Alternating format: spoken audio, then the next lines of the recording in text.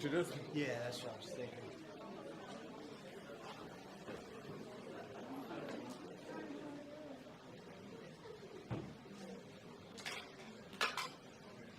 Want to use that one instead?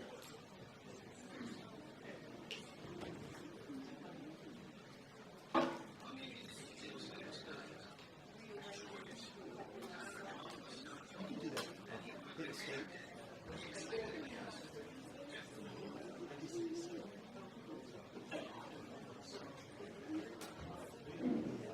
Test it, 1, 2, 3.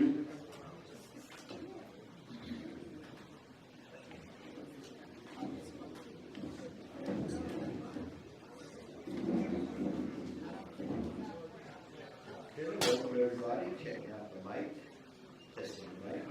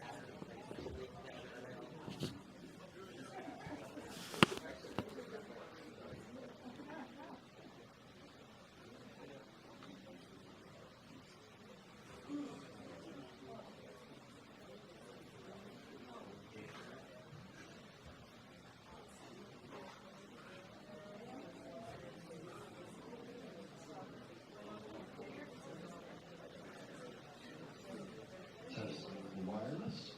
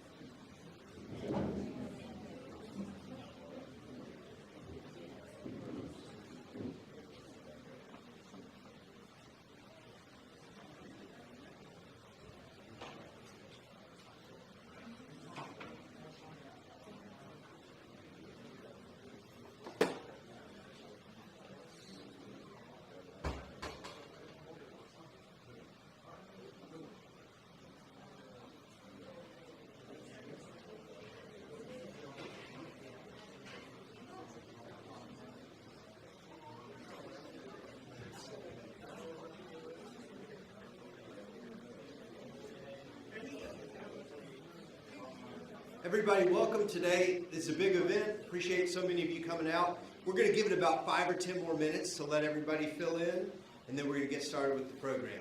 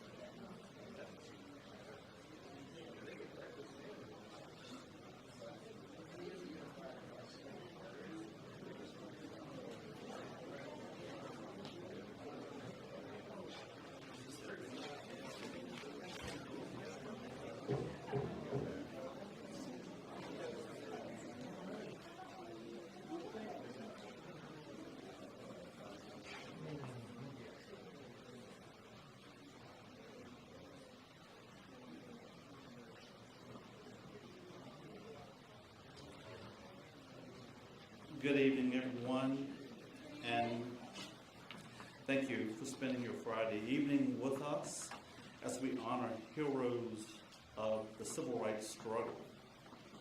At the International Civil Rights Center and Museum, we attempt to educate many young minds about what it means to be a U.S. citizen with standing in this country, to rekindle the memories from the comfortable generation about the promise, as Dr. King would remind us in 1963, that 1776 Declaration of Independence was a promise to its people, because all men are created equal with inalienable rights which cannot be taken away.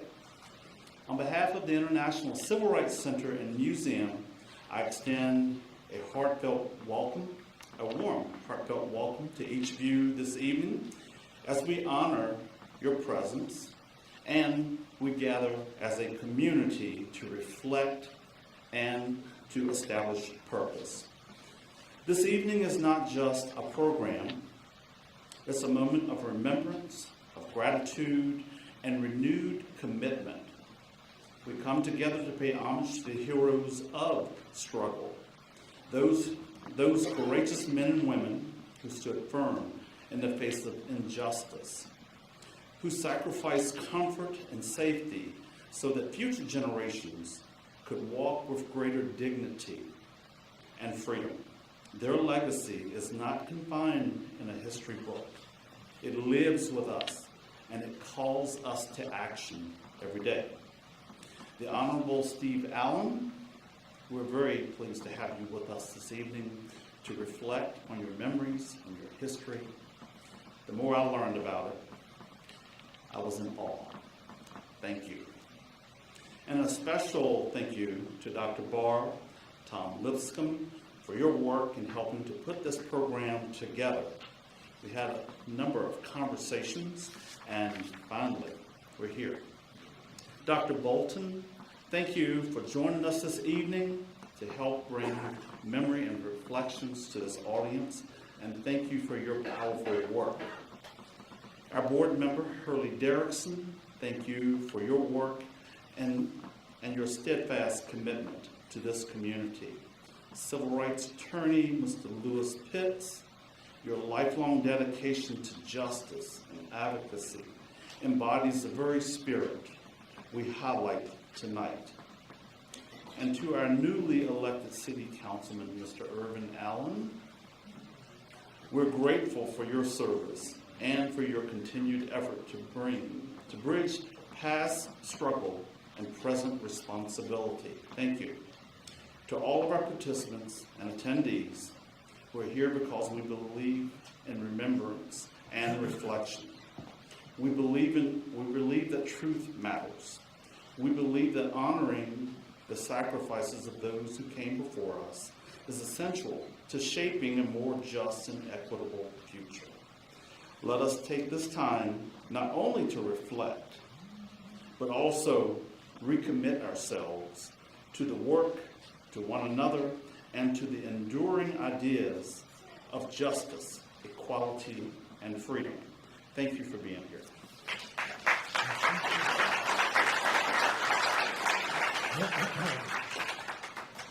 Hi, I'm Matthew Barr. I'm a professor emeritus from Media Studies. I taught at UNCG for 29 years. It was my honor to be there. And thank you all for being here tonight. I think it's going to be a special night.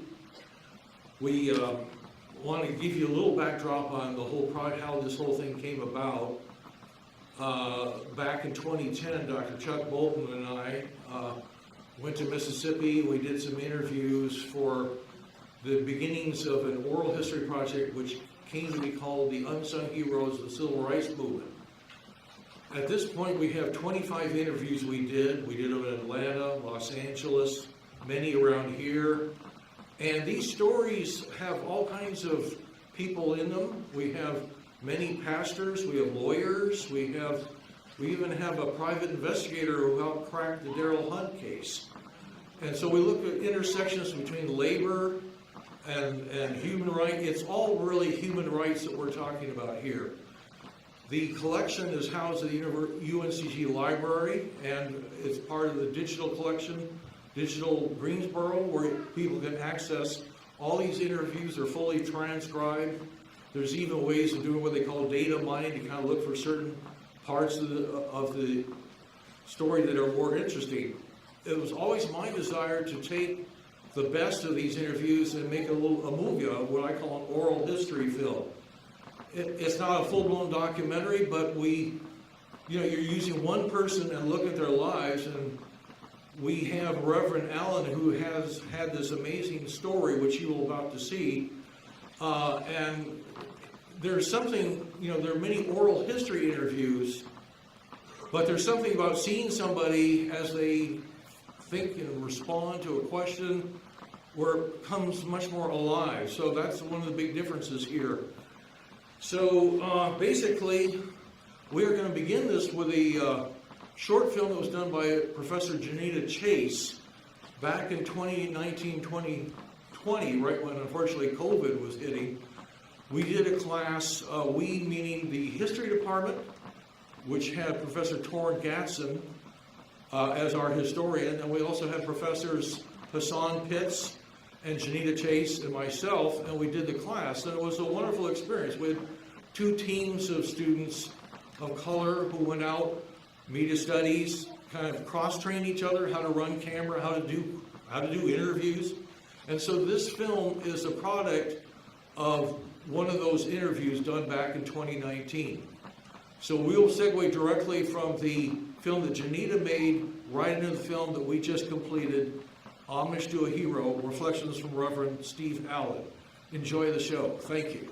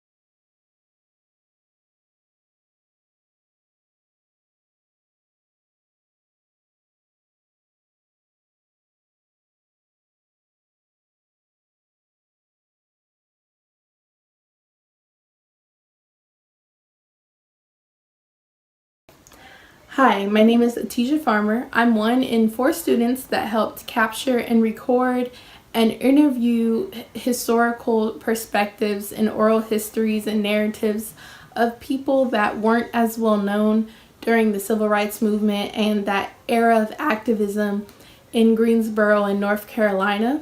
And hearing these stories and learning about these perspectives and this other side of history that is not as much told, but it's very important, and how these people contributed to history is really an experience in itself. It's something to be able to learn about and kind of come outside of your own experience, especially being such a young college student, learning about what came before you and kind of can inspire you to keep that going on today. So a few things I can say about my experience is, one, it was eye-opening. I at first didn't know about all these things that went on in the history. I just moved to Greensboro, didn't know much about it, but it's really also inspired me to learn more in terms of the historical aspect of Greensboro, and hopefully to meet more people that were lesser known, or meet more people like this, so I can understand those stories and continue to share those stories that aren't as much heard. So my experience was a great experience. It was nice getting to know people, interviewing for once, being behind the camera, and kind of being able to help contribute to history in a way and help share those stories. Hi, my name is Summer Kinney, and this is my video response for the Unsung Heroes Project. I'm sorry that I'm laying in bed, but I am currently on quarantine because I was exposed to COVID while I was at work, because I work at the hospital. So I'm laying down trying to get rest because I feel awful. But anyhow, one of the responses I guess I have to the question of how things went with the project is I learned a lot from interviewing the people that we did for the Unsung Heroes Project. It's just one of those things where you can know a lot about history, but until you meet someone that was personally there, it doesn't affect you in the same way. So just hearing firsthand their stories, being in Greensboro and being a Greensboro native myself, there's things I didn't know, honestly. There were many interviews where I cried while I was interviewing these people, where I was shocked to find out different aspects about Greensboro and different things that happened. And it was honestly an honor to be able to talk to these people and record their stories and have this for people for years to come, because no one else had talked to them about these things and, possibly didn't even know who they were. It was a great opportunity. It's sad that, unfortunately, due to everything going on right now in our world health-wise with the pandemic, that we weren't able to get more interviews, but I'm thankful for the ones that we did get. I think that it helped me grow as a person to develop these new skills, to interview these people, and to somewhat play around. In our last interview, I was able to work the camera some. I don't think I did that great, but I learned a little bit on how to work the camera, because that is not my specialty, because I was the historic aspect of our team. But it was really great, and I'm really thankful that I was able to do this, and I hope that everyone that watches this enjoys it. Hey, my name is Mohammed Kareem, and I am one of the students participating in the Unsung Heroes Project headed by Matthew Barr, Unita Chase, Torrin Gadsden, and Hassan Pitts. The purpose of this project is to go out and interview people who participated in the civil rights movement and that you hear less about. They did a lot of the groundwork, and they're also local. To do that, we students broke up into teams of 2, pairing one media studies student with one history student. Myself being a media studies student, I was paired with a history student. We ended up interviewing people from a bunch of different backgrounds: lawyers, pastors, newspaper editors, you name it. These people participated in protests, organized rallies, recorded events. One thing that really stuck with me throughout this entire process is basically being able to almost secondhand experience these events as they're recalling them. The good ones, the bad ones, and something that came from almost all of them was this feeling that they're not quite done. No matter how much they did, no matter how much they had accomplished, how much their loved ones had accomplished, how much they had given, that every person we asked, do you feel like your work is done, or how much things have progressed, their answer was almost a collective that it's nowhere close to done. And I couldn't agree more.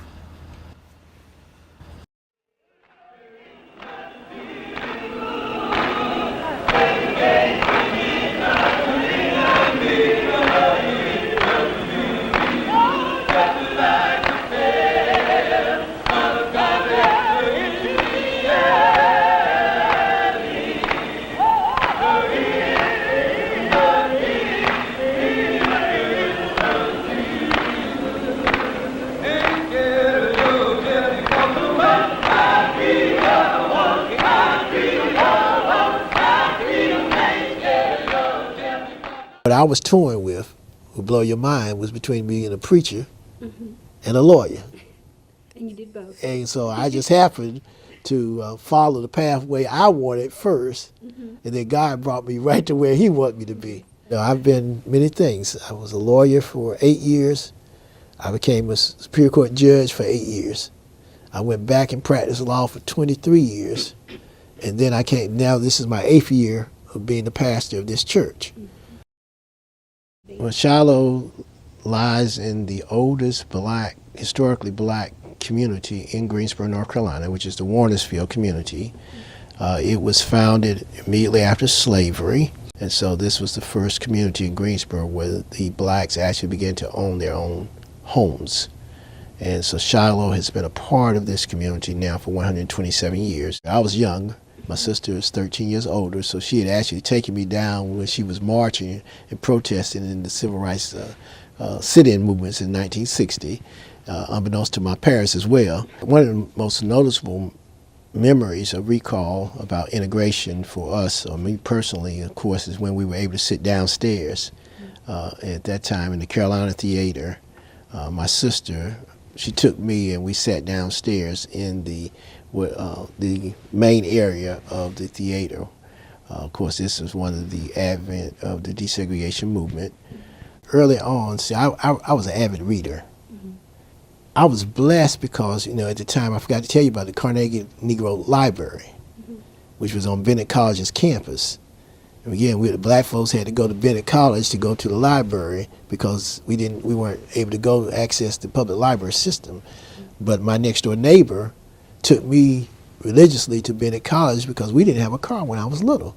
And my next door neighbor, they had a car. And so she would take me and take my mother with me so we could go down to the library so I could get books.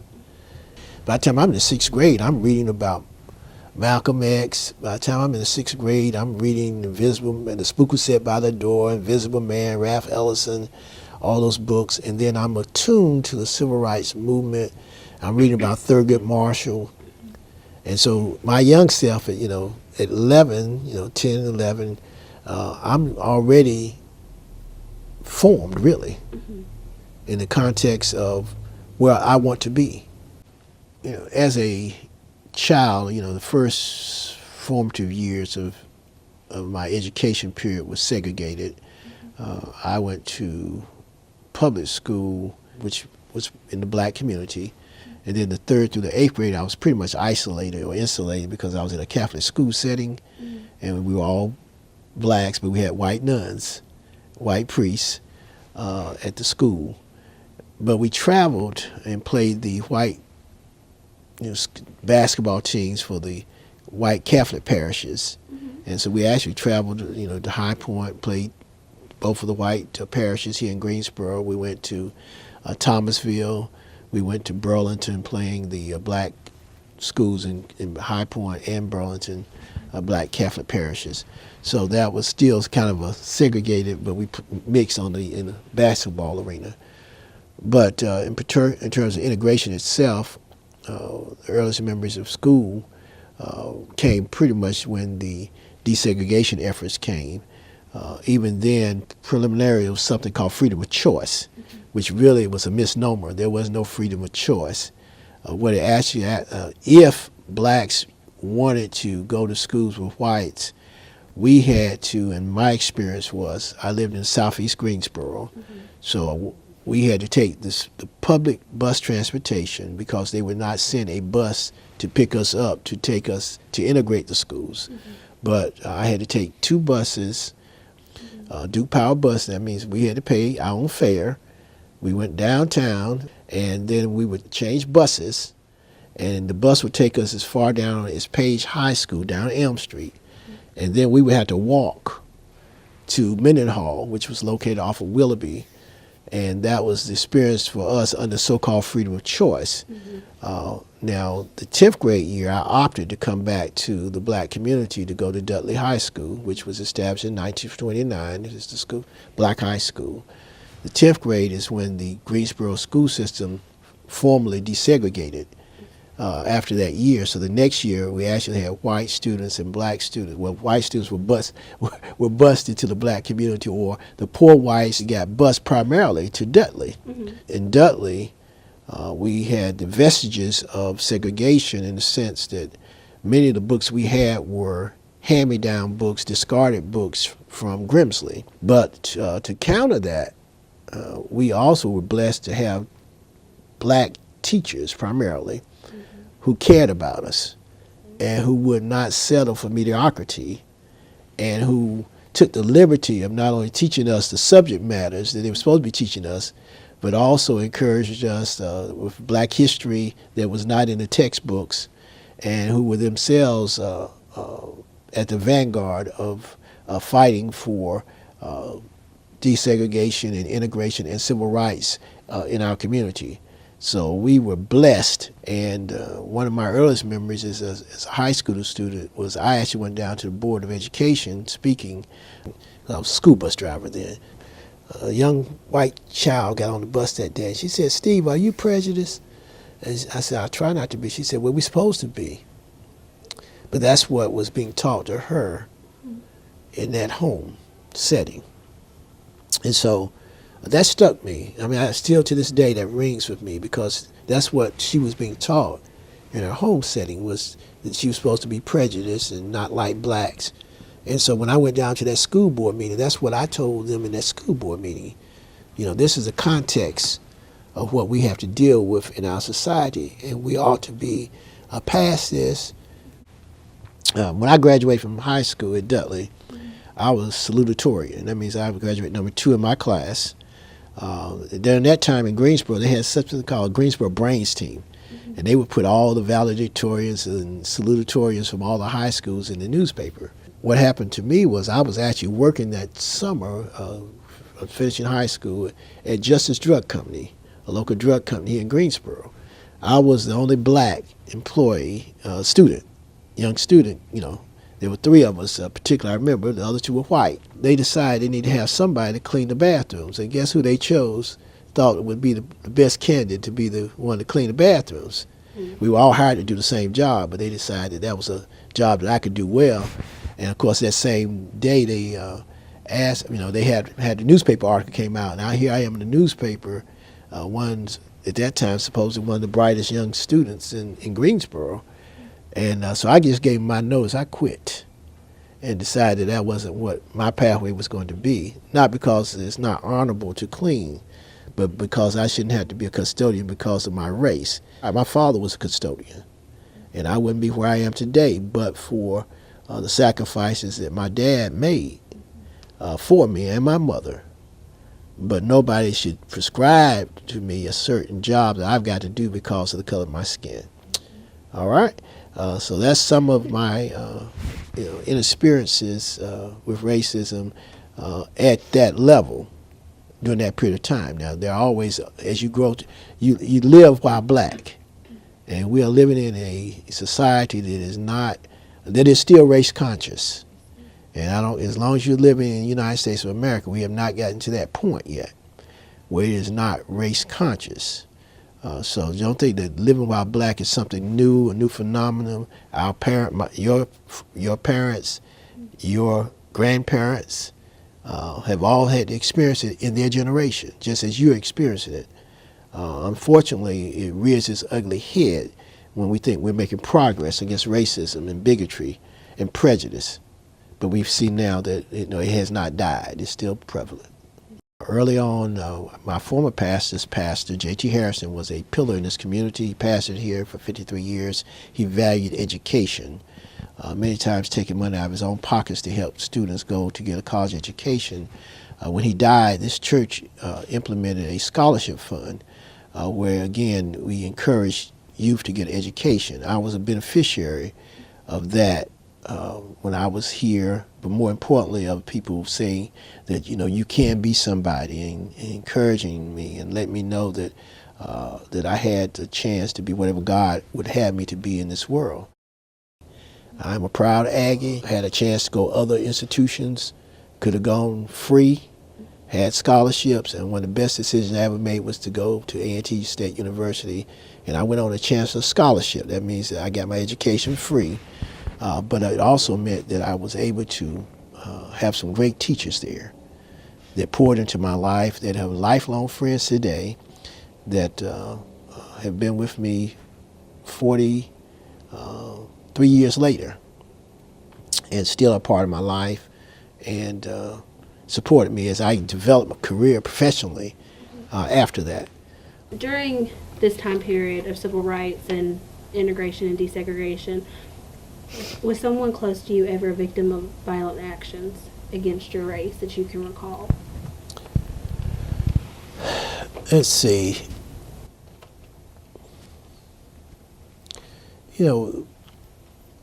I'm blessed in the sense that I shouldn't even be sitting here.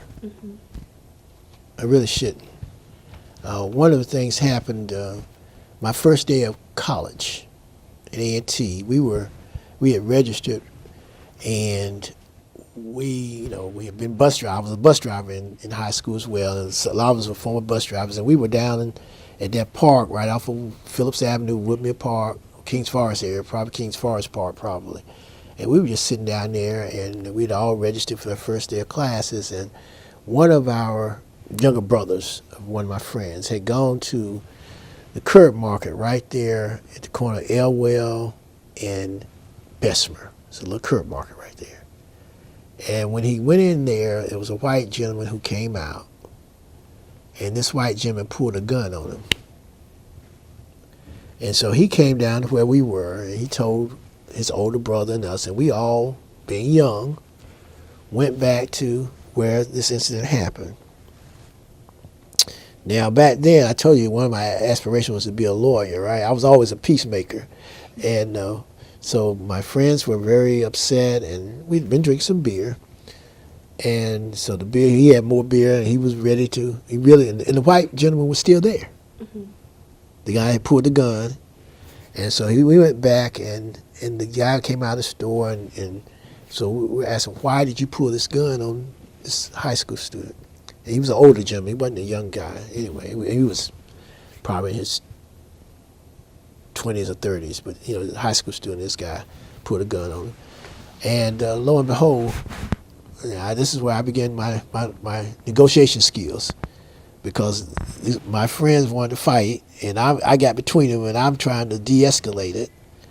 And so I push, I'm negotiating this thing, de-escalating it, and get him to go back. And the guy says he's sorry, and he didn't mean to pull the gun. And so we get the guy who wants, to back off, and so he drops his cigarettes, mm-hmm. and he wants to get. I said, no, you go back and get it. And all my friends are pulling him back. So again, and I bend down to pick the cigarettes up, and this guy pulls the gun on me. And it was in that period of time that you talk about life, your life goes down in slow motion. In that span of time, I could see it looked like life just went down in slow motion for me. And I'm bending down to pick the cigarettes, the gun is pulled on me. But thanks be to God, my friends did not abandon me at that moment. And they came back, and the guy put his gun up. And I'm still here, a witness to tell about it today. There are other instances, but that one is vivid. I'll just say, you talk about grace and mercy. I'm a living witness of grace and mercy. My next journey was to go into law. I went to University of North Carolina School of Law at Chapel Hill, and it was there that again I experienced racism's ugly head.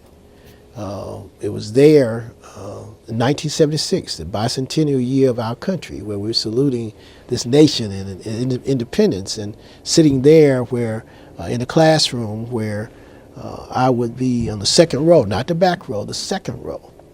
And it might be four of us who happened to be of color. That's all we had in common. We just happened to be black. And we were sitting on the second row, and it was our experience that we would have a white professor to call on every white student till they got to the colored person or the black person, come down the other row, call on every white student till they got to the colored person, and they would just pass us by. 1976.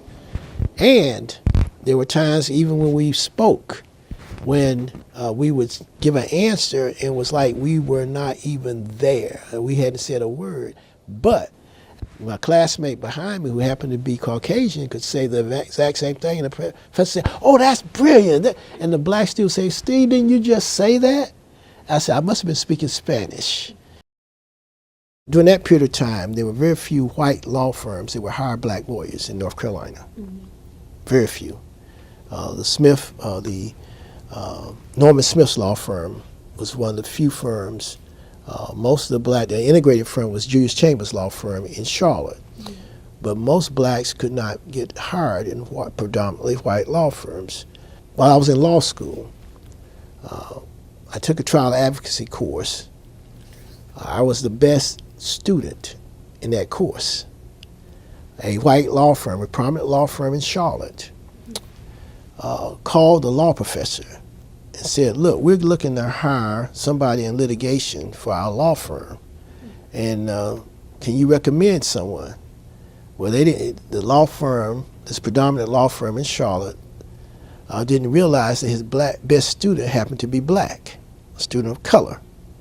And so the law professor called me and said, well, this law firm is looking to hire somebody in litigation, and they will be interviewing at Carolina's law school tomorrow. And he gave me the appointment time for my interview and all. When I walked in that interview room, that law recruiter from that law firm was shocked that this best student was black. And you know what he told me? He said, I'm sorry, we're not hiring anyone in litigation this year. We're looking for someone in estate planning. But the good news is that we were able to survive and to thrive. And I was blessed. I talk about God puts people in your lives so that when I left that place, my next stop was, it just so happened that God had put a black judge on the North Carolina Court of Appeals. He was the very first black since Reconstruction. His name was Richard C. Irwin. He was a former former state legislator in the North Carolina House, and he was appointed by Governor Jim Hunt to be the first black to serve in the North Carolina Court of Appeals. When I was coming out of law school, I was looking for a career opportunity, and he chose me to be his research assistant. So my first job out of Carolina Law School was a coveted job, one that most of the black and most of the white students, all law students sought. It was a plum job. I had the chance to do that job, and he was my mentor. And he was like a father figure for me. And so that when I got ready to leave and come out and practice law, he gave me all of his books that he had in his law office, so I didn't have to go out and spend money to buy stuff that would be very hard for a solo practitioner to have, set up a law practice. So those are some of the people that had an impact on my life. I'm in shock right now just from hearing all of it, because like you said, God will put people in your path to help you go where you need to be, and to help plant and water those seeds to make you the person you're supposed to grow into. So I'm shocked. I like hearing this stuff. You've already told us the barriers that you face all throughout the education that you've received. When you returned home as a black lawyer, what barriers did you face then? Oh, one of the barriers was even where you could put your office. Beginning lawyers had their law offices in the Jefferson Standard building. And so I decided I would go and look, see about possibly moving in the Jefferson Standard building. And we went down there, my wife and I went to look at this possible space. And young white lawyers, my same age group, starting out, had their offices in there. And one of the questions that the guy was concerned about was my clientele, who my clientele would be. Well, don't you know that these young white lawyers and other older established white lawyers who were in there were representing black folks? So why was it a problem with my clientele if these white firms could represent black folks and take our money? It was a problem only if I would be able to rent down there. You talk about living while black in Greensboro. As a young lawyer, I was involved in community issues. One of the issues was dealing with my alma mater. At Dudley, we had a beloved athletic director who was removed from his position, and the community felt passionately about that. And so, as I was one of the leaders of that group who were upset about his being removed, and we went down to a school board meeting. Well, I got a certified letter from the school board that basically saying that if we disrupt the school board meeting, that they would prosecute us criminally. Now, could you imagine them sending that kind of letter to the white community? Somebody from Grimsley coming down there to complain about something. If Grimsley had displeasure, or Page had displeasure, or Kaiser had displeasure, if the white parents and the white community from the white communities were to come down to a school board meeting, no, that letter never would have been sent. Never in a million years. But that's the type of things that you live with, whether you're doctor, lawyer, anything, it doesn't matter. You're still black in this community. In my practice, I actually did racial discrimination work. I did sex discrimination work. And so I began to file lawsuits against cities, municipalities, sheriff's departments, and police departments that engaged in racial discrimination. Then I also did wills and estates and personal injuries, those other things. And I did criminal defense. In those capacities, I think I had a chance to make a difference. I know so because when we first started out, again, trying cases in our community, it was the norm to have all white juries. Mm-hmm. Not because there weren't black jurors in the community, but because they used unlawful means of peremptory challenges to take black jurors away from the judicial system so that they would not have the right to sit on certain types of cases.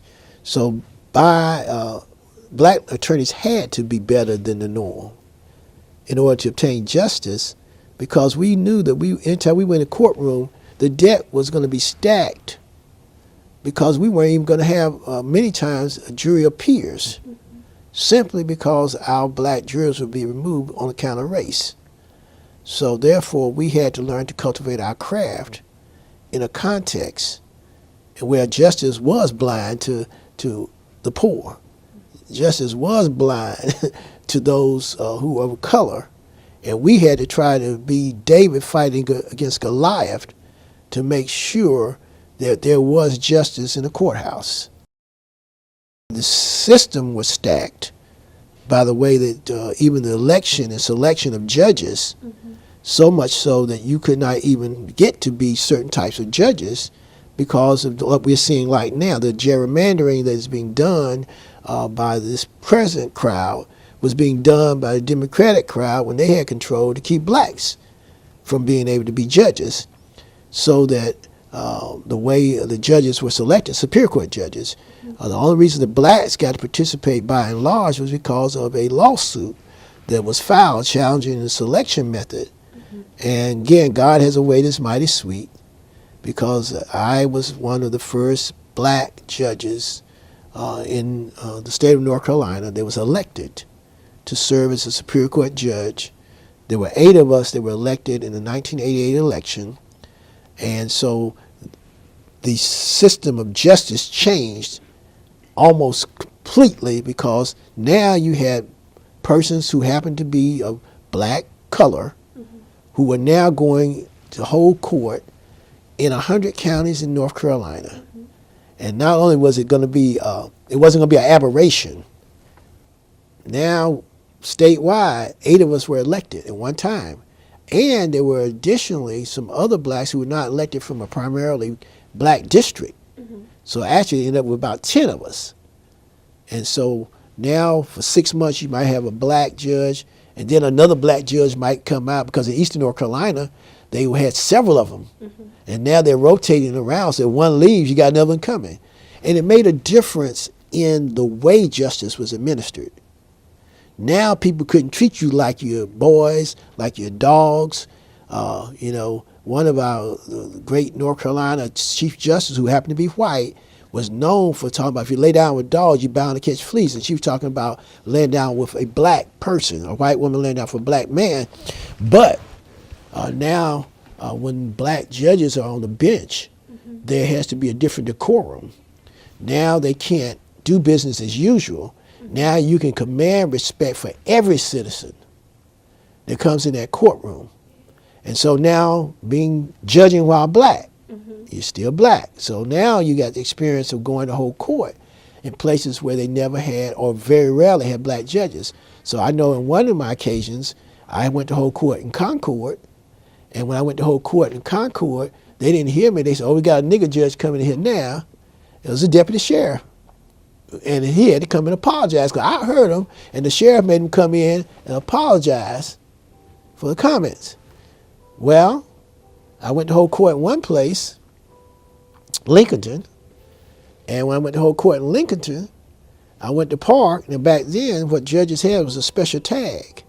And this special tag was, let everybody know you were a Superior Court, or a judge, period. whether you're Superior Court, District Court, doesn't matter. But particularly Superior Court judge. So I went to whole court in Lincolnton. When I went to drive up and park the judge's space, the bailiff was there, and he was flagging me down. You can't park here. You can't park here. That's for the judge. And of course, he wasn't expecting a black Superior Court judge because that would be a rarity up in Lincoln County, North Carolina, going up towards the mountains. And of course, I just calmly got out of the car, pulled right into space, and told him, "Look at my tag. I am the judge." But then let me tell you something else good, just so you can see what happens by having the fortitude and being blessed by God. I also had the privilege, my first tour of duty as a Superior Court judge was to go to Randolph County. Randolph County had never had a black judge, didn't have many black attorneys. They had attorneys from Randolph County, but some of them had satellite offices, but not full-time presence there. And that was my first assignment. That was during a time where many of the communities did not have what was called a first offenders program. That seems to be pretty. It started here in Gifford County. Again, it started by a black judge named Elrita Alexander Ralston, who implemented it in her courtroom as a district court judge, and it later became a statewide program. But in any event, you could go 20 miles outside of Gifford County and have a different brand of justice. What would be treated here in Gifford County where you get a second chance, maybe to keep a clean record, there was no program like that in Alamance County. There was no program like that in Rockham County. There was no program like that in Randolph County. So, long story short, Randolph County I go. In Greensboro, I go to whole court the first time in Randolph County, Superior Court judge. They call up a black kid, and back during that period of time, they were using blacks, 15-year-olds, out on the streets to sell drugs. That's what the drug dealers were doing. They knew that they didn't have a criminal record. They'd get popped. But when they got popped in these other counties, they were getting treated like felons, so they would get popped, they would have a small amount, not get a first offenders program, and they had to plead to a felon. And that was when my first cases come up. But then the same thing happened, but the next time it came up was a white kid with the same offense. And they wanted to break his offense down to something different. And I called the DAs up to the court. I said, "No, wait a minute, we're going to feed out of the same spoon. Now, you just had this case here, and you can't treat this kid, same facts, pretty much. The only difference is race." And so because I was in that courtroom, a different brand of justice started being administered. And it made a difference. How do I know it made a difference? Because my last tour of duty as a Superior Court judge happened to be in Randolph County 8 years later. And you know what they did? The last day of my court, my day of judgeship, the Bar Association of Randolph County, who didn't have any black members in the bar, stopped at my court session, and they came and presented me with a Kennedy rocking chair. They told me they had only presented this rocking chair to one other judge in the county's history. That judge had been their resident Superior Court judge for over 30-something years, and me. This young judge from Greensboro, North Carolina, who happened to be black. It makes a difference, the way that the judges do justice in the counties. I haven't been a judge for 22 years. People still call me judge today. I could go to communities I've held court, and they stop me and say, "Judge Allen." Today. I just left today from been Winston-Salem, coming from Winston-Salem, for something I did as a judge. They asked me to come back over there because of somebody's life that I sent to prison. But he said if I hadn't sent him to prison, that he'd be dead. But one final question to kind of touch base on is, how do you feel about the newer movements, like the Black Lives Matter movement? Well, my son actually was one of the leaders of the Black Lives movement here in Greensboro community, so I'm well aware of it. Many of the meetings that the Black Lives Matter movement have are held here at Shiloh Baptist Church, or have been held here at Shiloh Baptist Church. Each generation has to deal with the prejudice and the discrimination that it sees, and it has the right to speak out in a way that they can be heard. Obviously, it's their time to, they're hurting, they're tired, and they're being recognized, and they're becoming the voice of this generation. Each generation has to have its own voice. Many times they turn to us because they can't fight the struggle alone. There are places that we can go and be heard simply by the virtue of the struggles we've already been engaged in, and by that, so that some of the people that need to hear you will hear you simply because we're in the room with you. It has been a purposeful effort to stack the judiciary, not only in the federal system, but in the state systems of our nation, in order to deny access to justice, because this is where we have been able to gain victories. There has been a conscious effort to take away our rights to vote again, because that's where the ballot box is where we have gained victories. And that is why it's so important that your generation vote. We have to begin to find and to put candidates out there who will advocate for the common good and not allow for the further eradication of our rights. We cannot allow the clock to be turned back. And that's exactly where we are in America right now. And we have lost, we shed too many tears and too much blood. Too much blood. And see, you're a history major, so again, we have a responsibility to tell the history to the present generation, so that you will know what sacrifices were made at what cost. Just by me sharing my story, you understand that the fight must continue, and that you have to be part of it.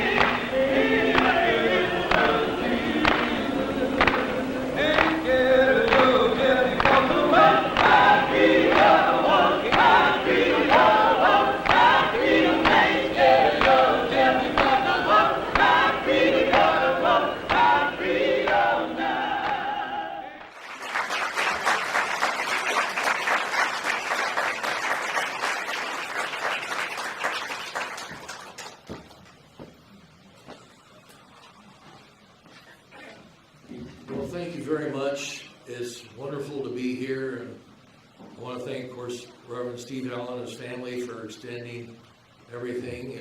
We even had him taking shots of Dudley. There may be another career going here as a photographer. No, but it's a labor of love, and I also want to thank all the people. Hassan Pitts, if you want to stand up, or the people who helped out in the class. Janita Chase, and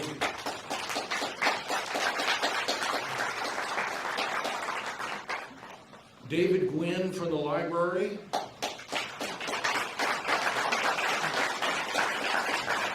and Chuck Bolton, who's been, this is kind of a part of a long thread of oral history.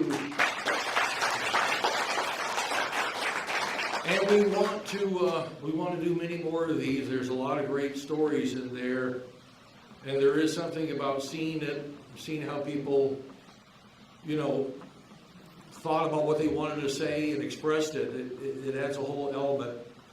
So at this point, I'm going to segue over to the panel discussion, and Jasmine will lead the way. I also want to thank, of course, Jasmine Van Hagen and John Swain of the museum for making this all possible.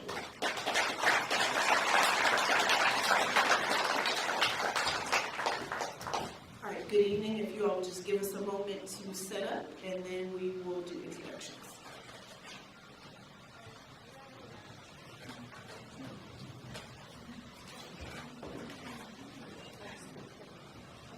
Try this.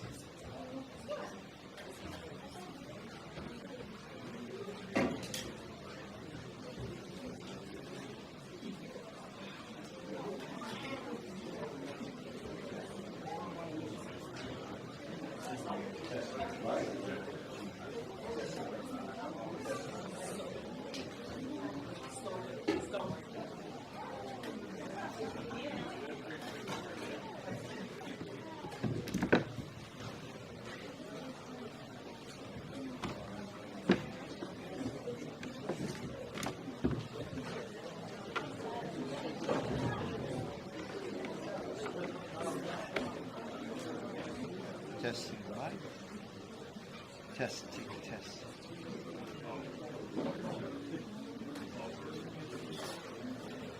Testing the mic, testing the mic. Hello, testing the mic.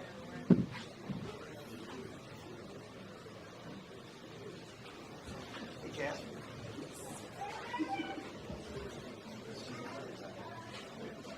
Testing the mic.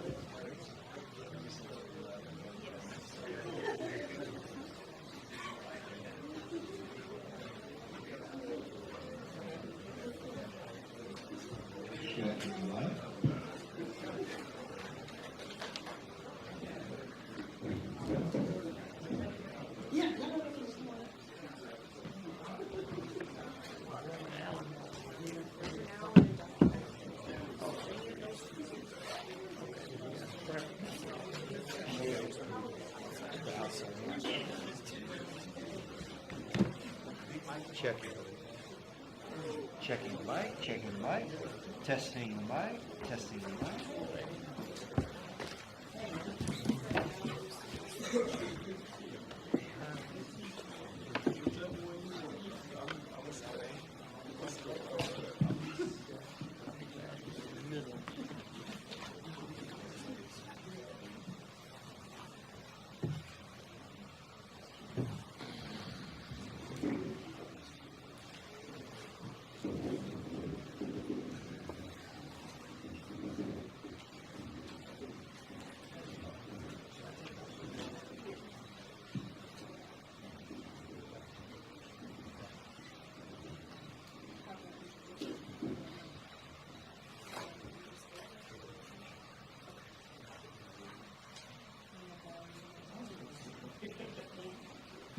Good evening.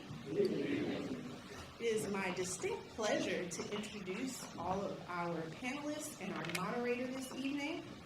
We will start with our moderator, Dr. Chuck Bolton, who will be moderating the panel, is a professor of history at UNC Greensboro and one of the first interviewers for the Unsung Heroes of the Civil Rights Movement project conducted by Matthew Barr in 2010. Before coming to UNCG, he was a history professor and a co-founder and director of the Center for Oral History and Cultural Heritage at the University of Southern Mississippi, one of the world's largest oral history archives concerning the Civil Rights Movement.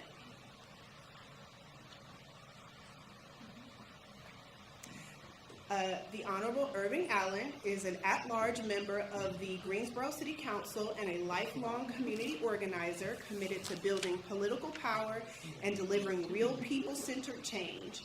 Allen has worked with Color of Change, Democracy NC, Advance Carolina, and the NC Black Alliance and the Beloved community. He is also, as you might guess, the Reverend Allen's son.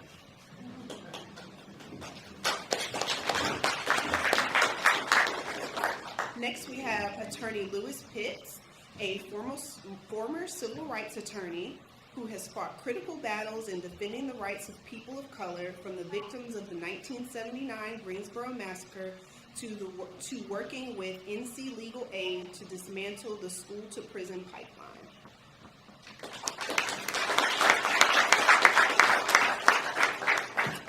And next we have Attorney Hurley Derrickson, who is a part of the co-founding group that created the International Civil Rights Center and Museum. He is an attorney and president of the law firm Derrickson and Associates. Derrickson is also a board member of the Guilford County NAACP and has worked on many civil rights issues for the organization and others for more than 40 years.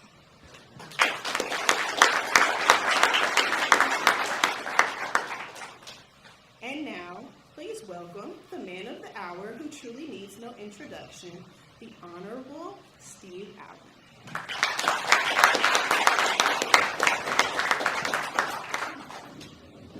Good evening, everyone. I could probably spend a long time talking and asking questions of this distinguished panel. I'm going to start off by just asking each of them one question, because I know that many of you, I'm sure, have questions too, and I want to give everybody a chance to especially maybe pose some questions to Reverend Allen here. So I'm going to start with you, Reverend Allen. As the introduction suggested, I've done a lot of oral histories over the years, and that seemed like one wonderful interview. It really was. I know we didn't get to see the whole interview, but and it was also interesting to we got a little bit of the interaction between you and the UNCG student that was interviewing you. I just want to get you to maybe reflect on what that experience was like with being interviewed, and about what you saw here tonight. You know, the product that Matt and Tom put together. First, I just want to thank you for including me in the interviews. I can tell everybody you expect the ball with a barrel, but I'm glad you did. But I also, of course, I'm humble. I think that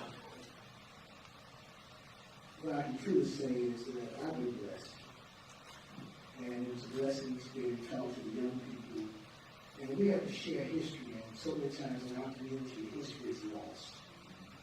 And so that's why oral history projects such as what has been done by the SCG is so valuable, because we get to tell our story. So many times our stories are not found in history books. I'll cut it short, but I'll just use an example. When we were studying history, all we probably learned about from the history books of the day is Christmas addicts. They might have mentioned Benjamin Banneker and slaves. That's what was in the history books that we were to read. And thanks be to God, we had teachers that went beyond the prescribed curriculum, and they taught us Black history. They should have been teaching us English, and they did. I went on to become an English major because I had great English teachers, but they also poured into us about civil rights. They poured into us about people accomplishments. And one thing they spoke to us, which I was known as the educator, was it right there, is never to hold our heads down. Hold our heads up. We had too much in here to be treated as second-class citizens. So that's part of the story that I want to share. So I look out here at all these distinguished people whose stories are even greater than mine. I'm humbled to see them in the audience. I'm humbled because many have traveled from great distances to be here tonight for me. And I want them to know how appreciative I am for those who travel from near and far, that you've taken time on Friday night to be with us on this occasion.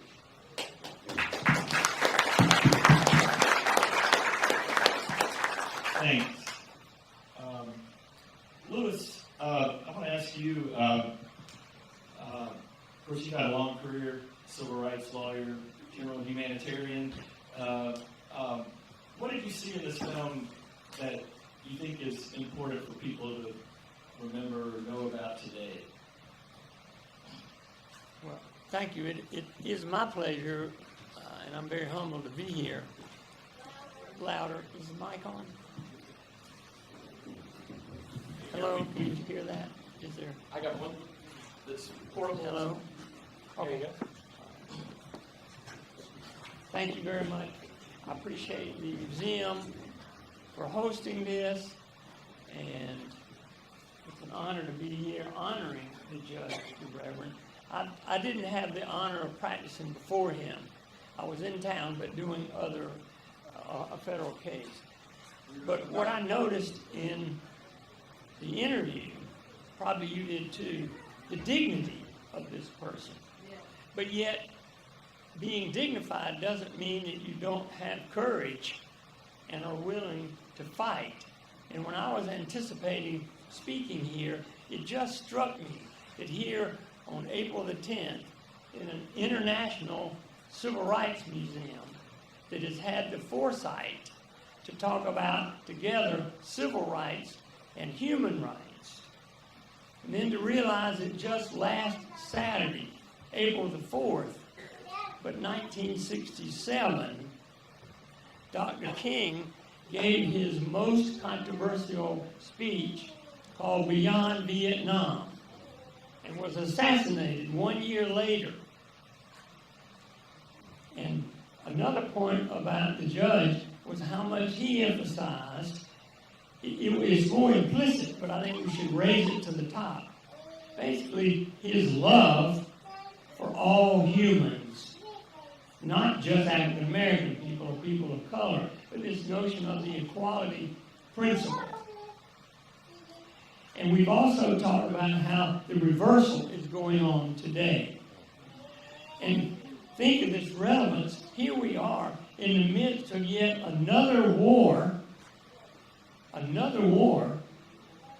murdering people, wanting to destroy a civilization, and at the same time paying for it by cutting budgets. We hear, if you're keeping up, no recourse for Medicare. And I couldn't help but want to bring out Dr. King talking about back then, 67, the few social programs, he said, are being eviscerated as if they were some idle political plaything of a society gone mad on war. And then he talked about the defense contractors that are getting all that money, just like today. Then he said they were like, these were his words, a demonic, destructive suction tube grabbing up the resources and money. So he said, I was compelled to see war as an enemy of the poor and attack war as such. And probably the most controversial then, because he'd been challenged. Dr. King, don't have the courage to mix civil rights and the peace movement. And he said, his words, because I don't want to give you my words, were he chose to move beyond the prophesizing of smooth patriotism to the high ground of dissent. And when people told him, Dr. King, the civil rights movement and the peace movement don't mix, he said, it suggests to me that they do not know the world in which they live. And that kind of foresight back then for those struggles and the courage to do it, as we've seen Judge Reverend Allen do, is what we need today to tackle war and civil rights. And if I could add one quick point on this. We've all heard about the Poor People's March. Memphis, essentially what Dr. King, when he realized, and he's the one that said back then, that he would not raise his voice against the violence in the ghettos till he first raised his voice against his words, greatest purveyor of violence in the world, my country. And that with that courage, he was wanting to bring together the Poor People's Campaign, but he also was talking about the farmer in the field of Vietnam, that he could love as much as somebody here because he believed in that full concept of love, and the driver in the garbage trucks in Memphis, to a big mass march in D.C. with a core group of 3,000 trained in civil disobedience. That part we kind of know. Reverend Barber and others are leading us in the book. But what I didn't know that much about, he was also talking about bringing across the Potomac, his words, the peace movement, in hopes that they would shut down the Pentagon, if possible. So that's the vision that was shown, and we've heard the Reverend Doctor talk about, as old as we are, how much he supports his son and the Black Lives Movement. And I think our biggest challenge today is doing what he wanted to do back then, blend together all the movements, the civil rights movement, human rights movement, and the peace movement, or else we won't have life on this earth, because the bulletin, and this is my last word, sorry, this is a really critical moment. This is a very critical moment. The Bulletin of Atomic Scientists, those are the international atomic scientists formed together, I think it was in 47 or 49, because we just seen the atomic bomb, and they knew that we were facing doomsday if we didn't have a moral, loving conscience that took control of that. And they started something called the Doomsday Clock. This past January, 3 months ago, they moved that clock to be 85 seconds from midnight, doomsday, extinction, because of the possibility, if not probability now, of nuclear war and climate disaster. Here we are facing that challenge. This man is a model for the courage, the persistence, the fight, and the dignity for us to save that planet in the best way we can. Thank you, and thank you, Reverend Allen.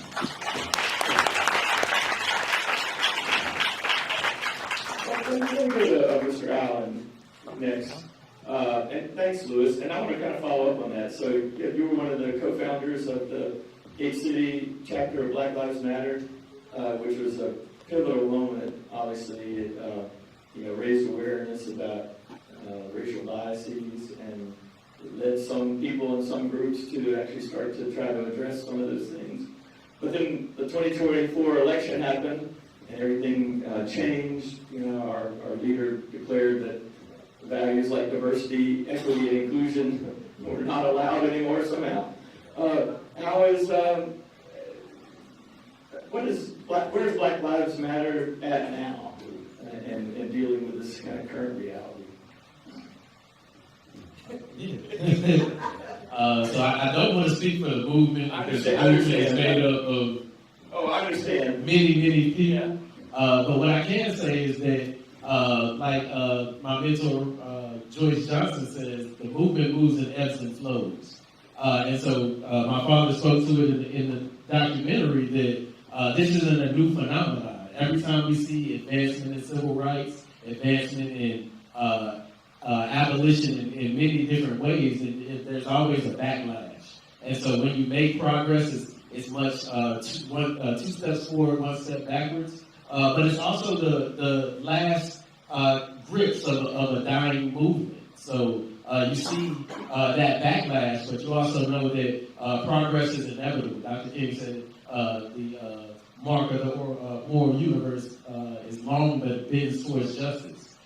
So when we keep that in mind, and we know that our lifetimes are a blink in time in the work of the movement, then it's our job to just carry on those movements, to instill the things that we learned throughout our lives, like my father did in me, about how to move things forward, and like I try to do with my children now, as to how they can play their role. And it's important to know that you don't have to be an activist, you don't have to be in the streets protesting like I was to be a part of the movement. You can be a part of the movement in whatever facet of life that you find yourself in. So if you are working on Wall Street, then you can make Wall Street more equitable. If you're working in education, you can make education more equitable.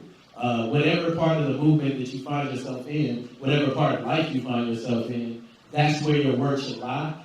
So we should all try to focus on staying in our lane. I was raised by folks that were a part of this movement and told their stories. So I found myself in there. But even if you don't have that luxury, you can still be a part of this movement, and you can do your part in moving us forward.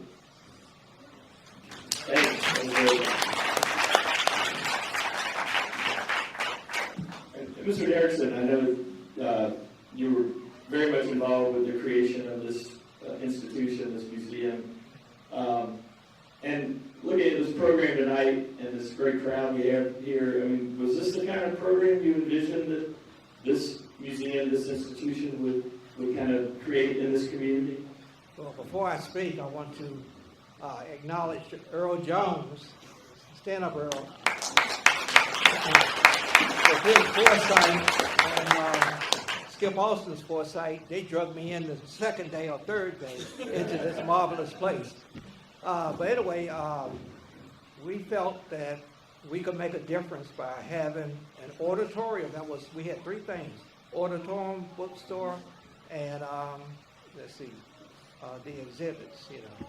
And so it took us a while to get going, but to answer your question, for example, we have a lot of debates up here. We don't want all yes people. We want to have debates against people that don't like, you know, our direction that we're going in. And I give you an example. I went to law school at Chapel Hill, and one of my mates that I went to school with, he wrote the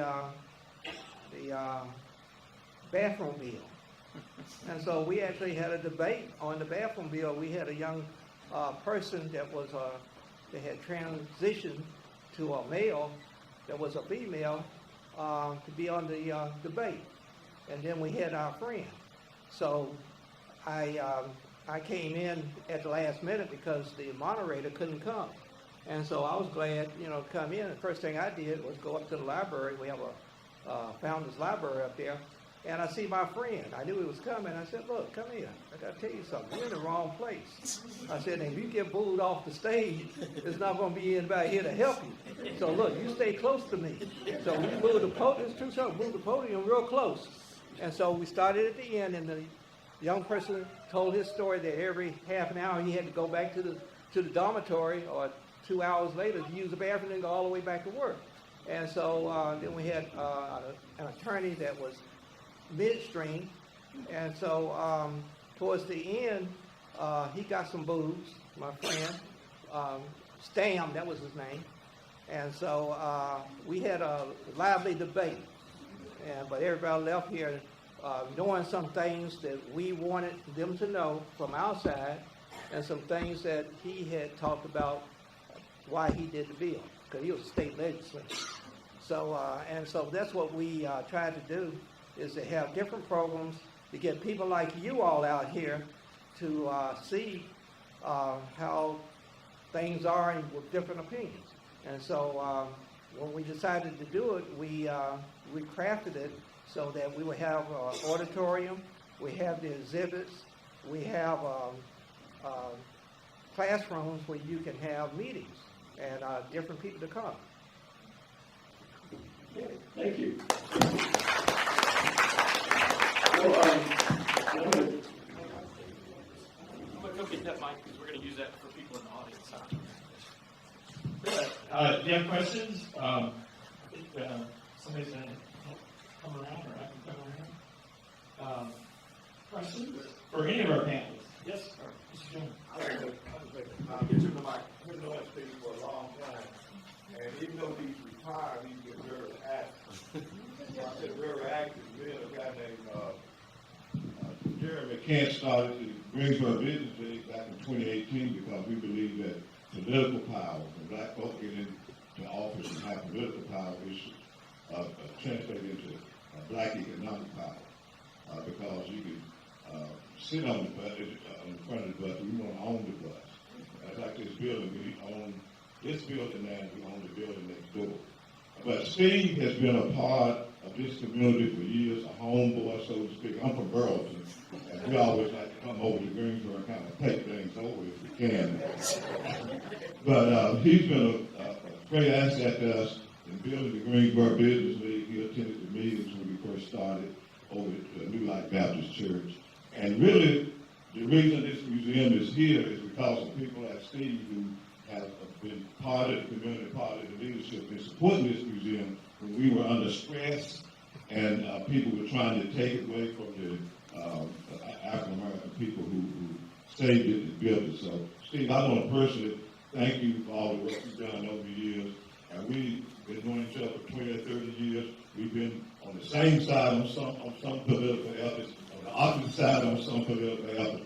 But at the end of the day, we got here. We still walking. We still living.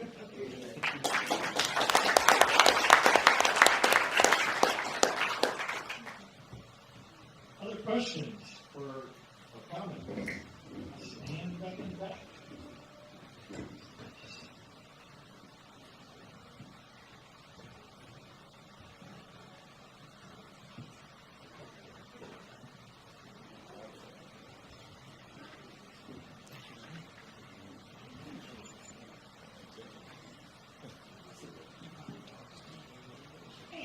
So, I've had the privilege of not only knowing some of your classmates, but also knowing your children in a number of ways, and your grandchildren. I'm a parent in Greensboro. Honestly, I'm originally from Buffalo, but I take Greensboro very near and dear to my heart. I would love to know, as somebody who has been here as long as you have and raised children here, what version of Greensboro do you envision for your grandchildren and those that come after them? Well, I believe that the reflection of what is to come sits to my right. In other words, I was blessed. I keep saying blessed, and that's what it has been. To go through doors that opened up for me. And actually, I'm going to say this. When I was sitting in law school, one of the things that law professors used to say, some of these Carolina folks will tell you, first week of school, they said, some of y'all here going to be judges, some of y'all going to be governors, some of you going to be senators. That's what it was first week of law school, probably first week of law school. That's the comments they made. When I was sitting in that class, they didn't include me in that number. But I'll tell you this. That's how I've been blessed. Because I included me. In fact, we had a criminal professor, a procedure professor, he was so pejorative in his comments and statements that I said in my first year of law school that one day I'm going to be a Supreme Court judge. That's bold. And you know what happened? I was the first person in my class in Carolina Law School to become a Supreme Court judge. So sometimes you got to include yourself. You got to encourage yourself. And what I also know is that you have to dream beyond what you see. I was blessed. I told you my parents sacrificed, my sister sacrificed, my whole family sacrificed, and my church sacrificed to encourage me. And I never forgot that. My community, my classmates, some of my classmates are here, some had to leave. But we've been together 53 years now. And we have been together. I got some of us from high school, some from college. And so it's a forward movement, is what I'm really trying to say. My son is, I had aspirations. I'm telling you, sometimes God laughs. Because I was sitting there with Jim Mellon, was president of First Home Federal. I was an Explorer Scout. I sat they had a big, beautiful conference room. And I was sitting in that conference room saying, one day I'm going to be mayor of Greensboro. Well, I didn't get to be mayor, but my son is on the city council. That's different than what you see. Earl was the first black elected on the district system. In the district system, one of the first blacks elected to sit on city council. David is a successor. And by the time my grandchildren, who knows what they will be? Who knows? Maybe, just maybe, we won't have to wait for them to have a woman president.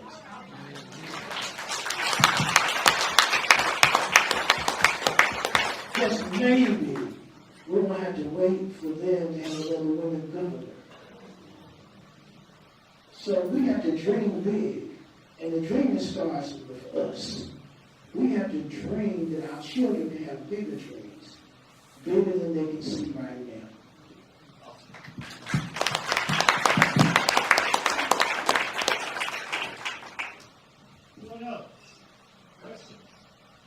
I'd like to say something. Yeah, how about good question from our family. Yeah. I just want to say something about Steve. He's a wonderful fellow. And he might not remember this.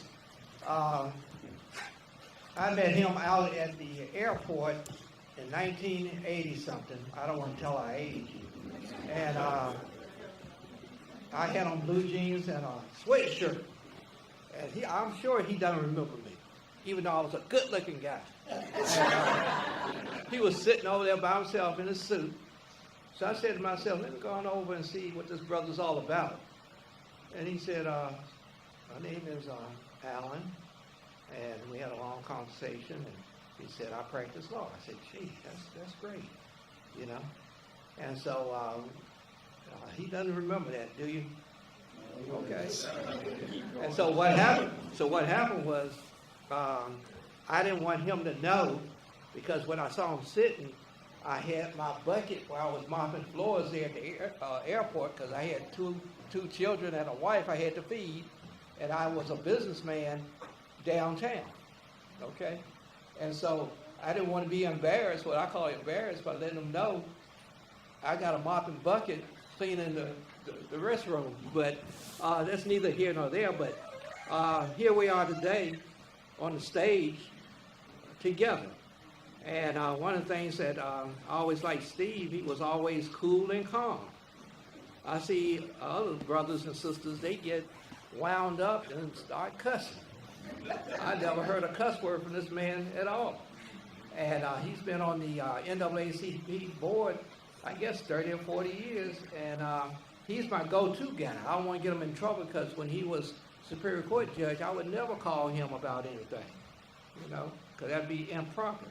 But once he took that robe off, he was a good game. And one thing I want Steve to do, leave his cell phone on, because I got a case now I need to talk to him. Let me say this, and I'm going to quit the fact we're going to close it down. But again, probably like Earl is talking about, you know what, one of my first cases, I was appointed to represent someone that was accused of stealing hubcaps out of the airport. And again, it was at that time the plane was delayed, came in late at night, and so the guy said he was there, that he didn't do it, and he had gone inside the airport. And my dad would be out there that night. We went out to the airport to investigate. When I went in the airport, there were some people working, cleaning, and I had a picture of my client. And I showed them the picture of this guy. Yeah, I remember that guy. He came inside just like he said he did. Judge Alexander Ralston was actually on the bench in district court at that time when I tried. I was a young lawyer. One of the first cases I tried, he in Greensboro as a trial lawyer. And I went. And in the course of my first year of practice, this is God's my witness, I had practiced a year or two. Well, Rita called me to the bench. I'm taking the 2 times she called me. One time she called me. My wife was my secretary back then, and she called my wife about a file. She said, "Come on, honey. Is he treating you right? If he's not, you let me know. I understood I wasn't part of the Union Brothers." So the second time she called me up, I hadn't been here 2 years as a trial lawyer. Jill Wilson and I grew up, we started about the same time. And what happened was she called me up, she said, "Young man," she said, "you're going to be one of the best trial lawyers in this city, this county." That was from Rita Alexander Ralston, who was one of the greatest trial lawyers Gifford County's ever seen. And so sometimes you get encouraged, not because of where you come from, not because of who you're related to, but simply because how you work and how you carry yourself as a courtroom. And I guess I was crazy, and I'll leave you with this. Because I would go to district court jail, and I would have my briefcase. I would have back then we didn't have a roll with wheels on it. We had those bags we had to tote. And I'm going to district court, and most of the time people would come there winging it. And I had all the law books and all this stuff. I opened them up. And so, but my mentor, let me say this and I'm done. I had so many people who helped me along the way. There's so many lawyers that have gone on, and I'm going to call a few names because you already give credit where credit's due. I had a chance, Herman Teller, bless me, one of the greatest trial lawyers, criminal civil, editor-in-chief of the Columbia Law Review back in the 50s, y'all. Herman Teller. El Rita was his classmate at Columbia Law Review herself. And then I had Henry Fry, who allowed me to have a key to his law office for the books I didn't have that Richard didn't give me, so that I could use Fry Barbie's law firm and be able to go in and research. Those are kindnesses that people don't have to do for you. And that's the kind of blessings I've had my whole life long, in every career path. When I got to be a Superior Court judge, now I'm young, I'm 33 years old, and I'm secretary of the Conference of Superior Court Judges probably at 34. That doesn't happen. I mean, these are judges who've been on the bench 25, 30 years. And here I am, secretary of the conference. This is statewide. Superior Court judge before I'm 35. You don't do things like that unless somebody helps you along the way. And there were some older judges that helped me along the way. In the same way with preaching, pastoring in this community, I was blessed. And I'm going to correct one thing. Otis Harrison was my pastor, my mentor from childhood. And the pictures you saw that you mentioned JT was Otis' picture. JT was his daddy. And he was my pastor till I was 5. But Otis was my pastor, baptized me, trained me, mentored me, married me, and really sowed the seeds for being in ministry. But then I got some that you in the room today, like Cliff Parker sitting over there, who once I did start preaching, helped me along the way. So you don't be anywhere by yourself. God always places people in your pathway to help you to become what God would have you be. Thank you so much for coming tonight. Closing remarks.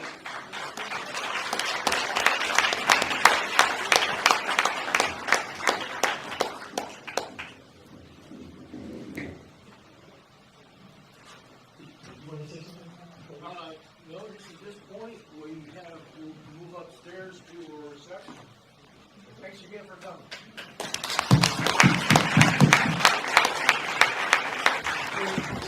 Just pick it up and stand right here.